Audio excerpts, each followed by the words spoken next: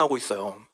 그래서 지금 하나님께서 그 붉은 암송아지를 너희에게 줄 거고 뿌리고 그러면 너희의 돌 같은 그 마음을 제거하면 어떻게 되냐? 내 법규 안에서 걷게 한다. 그러니까 하나님의 법대로 지킬 의식이라든지 규례라든지 이런 것들을 하도록 한다. 그러니까 아까 요한계시록 말씀에 성전이 있고 거기서 하나님을 경배하는 그런 자들이 측량이 되는 거잖아요. 그래서 이런 절차를 거쳐서 지금 그렇게 하시겠다라고 말씀하시는 거예요. 이거를 그렇게 되면은 너희 조상들에게 준 땅에 너희가 거할 것이고 너희는 내 백성이 되고 나는 너희의 하나님이 된다. 그럼 보세요, 여러분. 내가 너희 조상에게 준 땅이라고 말씀하셨잖아요. 그러면 저 땅이 어디예요? 가나안 땅을 얘기하는 겁니다. 가나안 땅을. 거기에 너희가 거할 것이라고 얘기하죠. 여러분, 지금 중동에 어떤 일이 일어나고 있죠? 전쟁을 하고 있습니다. 중동에 지금 전쟁이 심합니다. 지금 아주 골이 깊어지고 있어요. 그런데 이스라엘 입장에서는 이번 기회에 예루살렘 성전을 지을 수 있는 그 땅을 차지하겠다는 거예요. 그래서 전쟁을 안 할 이유가 없어요. 그래서 지금 하마스 쪽에서 휴전을 제의했는데 이스라엘이 거절했어요.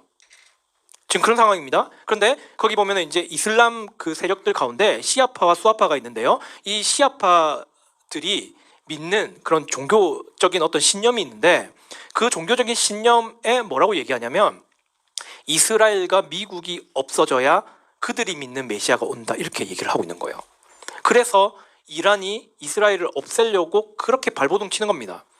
시아파 주로 이제 이란과 그 밑에는 예멘과 이쪽에 붙어 있는 그 위에 시리아 이렇게 됐고 요르단까지 요렇게가 지금 이제 그 시아파 벨트로 저는 알고 있는데 맞나요? 여튼 그렇게 시아파가 요렇게 형성이 돼 있습니다. 그 중에 어쨌든 대빵은 이란이라는 거예요. 대빵이 이란입니다. 근데 이 이란이 옛날에 말하던 그 메데 페르시아를 말하는 거거든요. 근데 그 페르시아를 말하는 거 오늘날에 이제 이게 이란이 된 겁니다. 근데 이 사람들이 이스라엘이랑 미국이 이따 없어져야 메시아가 나오는데 이들이 기다리는 사람 아마 적그리스도일 거예요. 그런데 말씀 보시면 아시겠지만은 너희 조상에게 준 땅에 너희가 거할 것이라고 하잖아요. 이스라엘은 절대 없어지지 않는다는 거예요. 이게 말씀이 전해주는 팩트입니다. 이스라엘은 저 땅에 계속 있을 거예요. 절대 전쟁에서 지지 않아요. 이게 말씀의 팩트입니다. 왜? 너희는 내 백성이 되고 나는 너희 하나님이 된다고 이렇게 강력하게 말씀하셨기 때문이에요. 그래서 이들이 주장하는 자기네들이 기다리는 적그리스도가 오려면 자기네들이 주장하는 메시아가 오려면 이스라엘과 미국이 없어져야 된다 이렇게 얘기하고 있는 거는 그냥 그들의 생각일 뿐이에요. 성경은 이스라엘이 계속 거기에 있다 이렇게 얘기하는 거죠. 그러니까 우리는 뭘 지켜봐야 되냐? 지금 이스라엘이 1948년도에 저쪽에 건국했죠. 그러면 나중에 어떻게 된다고 했죠? 제3성전이 생긴다고 했죠. 그러면 이 지금 오늘 말씀 보시면 아시겠지만 붉은 암송아지가 필요한 이유가 뭐냐면 광야에서 있다가 가나안 땅으로 들어가는 저 성전이 생긴 그 가운데에 지금 뭐가 있는 거예요? 붉은 암송아지의 제가 필요하다는 거예요. 그래서 지금 이 붉은 암송아지가 지금 나타났고 올해 6월절에 이 암송아지를 번제물로 드려서 제를 얻는 일이 굉장히 지금 이스라엘로서는 유대인들로서는 중요한 일이에요. 저희도 중요합니다. 왜 중요하냐면 마지막 때를 분별할 수 있기 때문이에요. 마지막 때. 왜요? 제3성전이 세워져야만 해요. 그 제3성전이 세워지면 그 성전에 앉는 사람이 나타난다는 거예요.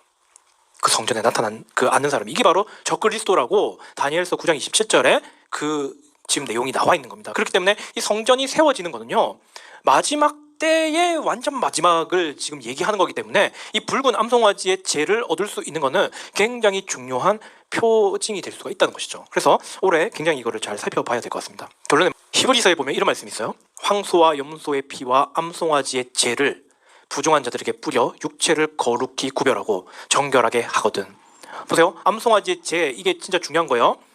근데 영원하신 성령을 통해 자신을 점없이 하나님께 드린 그리스도의 피는 너희 양심을 죽은 행위로부터 얼마나 더 많이 깨끗하게 하겠냐. 그러니까 지금 이 붉은 암송아지의 제나 이런 거 하고는 예수님의 피는 비교할 수가 없을 정도로 우리를 깨끗하게 한다라고 지금 이 얘기를 하시는 겁니다. 그래서 이런 까닭으로 세상 속의 언약의 중재자이시니 이런 일들로 인해서 우리를 구속하시는 거예요. 구속하시기 위해서 죽으신 거죠. 구속한다는 말은 뭐냐면 완전히 따로 구별을 한다는 거예요. 이렇게 딱 우리 편 이러면서 우리 편, 너희 편 뭐 나누듯이 이렇게 딱 이렇게 구분하신다는 그 내용입니다. 그래서 그렇게 구분된 자들, 부르심을 받은 자들이 그렇게 구별된 자들이에요.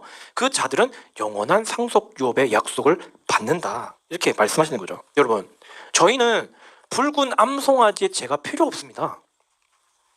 예수님께서 이미 율법을 완성하셨고 예수님의 피가 이런 붉은 암송아지의 죄의 뭐 1억 배, 뭐 1000조 배, 뭐 숫자로 어떻게 표현해야 될지 모르겠어요. 우리를 깨끗하게 하신다는 거예요. 여러분 믿으십니까? 그래서 예수님의 이 피는 우리를 영원한 상속의 유업의 약속을 받을 수 있는 사람으로 만들어 주신다는 것입니다. 여러분, 저희는 정말 지금 이 시대의 끝에 살고 있어요. 이 시대의 끝에. 예수님이 언제 오시느냐, 이거 우리는 알 수 없습니다. 알 수 없지만 지금 이러한 표징, 성전이 생기느냐의 기로에 있는데 그 가운데 붉은 암송아지의 죄를 얻을 수 있는 그 기로에 지금 우리가 서 있다는 것입니다. 만약에 올해 6월절에 붉은 암송아지를 번제물로 드려서 죄를 얻었다면 유대인들은요 더 폭발할 겁니다. 성전을 짓기 위해서 물불을 안 가릴 겁니다. 성전을 짓기 위해서 물불을 안 가릴 겁니다. 성전을 짓기 위해서 물불을 안 가릴 겁니다. 더 큰 전쟁이 일어날 수 있어요. 기폭제가 될 거예요. 붉은 암송아지의 죄를 얻었다는 뜻은 뭐냐? 우리는 성전을 짓겠다는 거예요. 이스라엘 백성들에게 완전한 기폭제가 돼서 그 이후에 정말 어떤 일들이 일어날지 모릅니다. 큰 전쟁이 일어날 수도 있는 것이죠. 전쟁과 전쟁들의 소문이 무성하게 될 거라고 말씀하셨죠. 근데 그러한 것들은 다 있어야 되는데 이게 고난의 시작이라고 말씀하셨습니다. 지금요 전쟁에 대한 소문 장난 아닙니다. 지금 북한이 남한을 없애버리겠다는 말을 계속하고 있는데 중국이 대만을 점령하겠다고 계속 얘기하고 있고 러시아 우크라이나 전쟁하고 있죠. 유럽연합과 러시아가 대치하고 있습니다. 어마어마한 지금 전쟁들에 대한 소문이 계속 나고 있어요. 지금 미국은 내전의 위협에 또 있고요. 그러한 일들이 지금 온 세계에서 이렇게 들끓고 있고 이렇게 일어나고 있습니다. 그런데 그리스도인들은 까막눈이에요. 관심이 없어요. 지금 이 시대가 어떤 시대로 지금 끝나가고 있는 거에 대해서 전혀 모르고 산다는 거예요. 관심이 너무 없다는 거예요. 지금 제3성전이 세워질지도 모르는 그 직전에 와 있을지도 모른다는 거예요. 진짜 근데 안 지어질 수도 있죠. 아직 더 남았을 수도 있죠. 그런데 그게 아니라 지금 붉은 암송아지가 지금 준비되어 있으니까 정말 얘네들이 올해 4월에 6월절에 그 번제물로 드려져가지고 죄를 얻게 된다면 이건 어마어마한 기폭제가 될 거라는 것이죠. 그걸 우리는 그리스도인들이 알아야 돼요. 그래서 시대를 분별할 수 있는 눈을 가지고 성경의 예언들이 지금 하나하나씩 지금 이루어지고 있잖아요. 이미 이루어졌고 이루어지고 있고 이제 앞으로 계속 이루어질 겁니다. 근데 거기에 눈을 돌려야 되는데 전혀 까막눈처럼 아무것도 모르고 있으니까 그냥 세상에 젖어서 살 수밖에 없다는 것이죠. 그래서 저희들은 예수님을 아직 믿지 않는 이 유대인들과 지금 복잡한 이 중동의 상황 가운데 있는 그 예루살렘을 위해서 우리 모두가 기도하는 그런 그리스도인들이 되기를 소망합니다. 네, 기도하겠습니다.